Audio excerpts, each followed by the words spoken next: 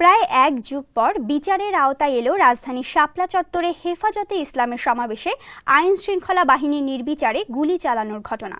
মামলার আবেদনে আসামি হিসেবে সাবেক প্রধানমন্ত্রী শেখ হাসিনা সহ ৩৪ জনের নাম উল্লেখ রয়েছে। রোববার ঢাকা মেট্রোপলিটন ম্যাজিস্ট্রেট জাকি আল ফারাবীর আদালতে মামলার আবেদন করেন বাংলাদেশ পিপলস পার্টি বিপিপির চেয়ারম্যান বাবুল সরদার চাখারি। আদালত বাদীর জবানবন্দি গ্রহণ করেন এবং মতিঝিল থানার ভারপ্রাপ্ত কর্মকর্তাকে অভিযোগের বিষয়ে তদন্ত করে প্রতিবেদন দাখিলের নির্দেশ দেন।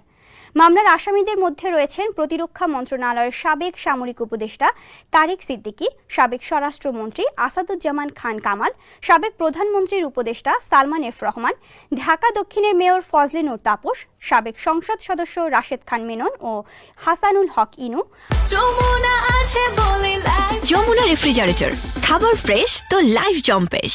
আওয়ামী লীগ নেতা মাহবুবুল আলম হানিফ ও জাহাঙ্গীর কবির নানক, সাবেক আইজিপি বেনজির আহমেদ ও হাসান মাহবুব খন্দকার, র্যাবের সাবেক প্রধান AKM শহীদুল হক, NSI এর সাবেক প্রধান জিয়াউল হাসান, মতিঝিল বিভাগের সাবেক ডিসি বিপ্লব কুমার সর্দার এবং মতিঝিল থানার সাবেক ওসি ওমর ফারুক।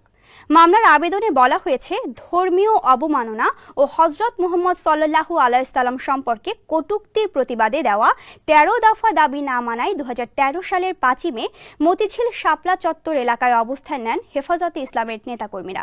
ওই দিন রাত ১১টা থেকে পরের দিন বেলা ১১টা পর্যন্ত রাস্তা ও বিদ্যুৎ লাইন বন্ধ করে দিয়ে মাদ্রাসা ছাত্র ও পথচারীদের উপর গণহত্যা চালানো হয়। এরপর এসব লাশ সিটি কর্পোরেশনের গাড়িতে নিয়ে অজ্ঞাত স্থানে গুম করা হয়। এমনকি তখন নিহতদের স্বজনদের অভিযোগও নেয়নি কোনো থানা পুলিশ।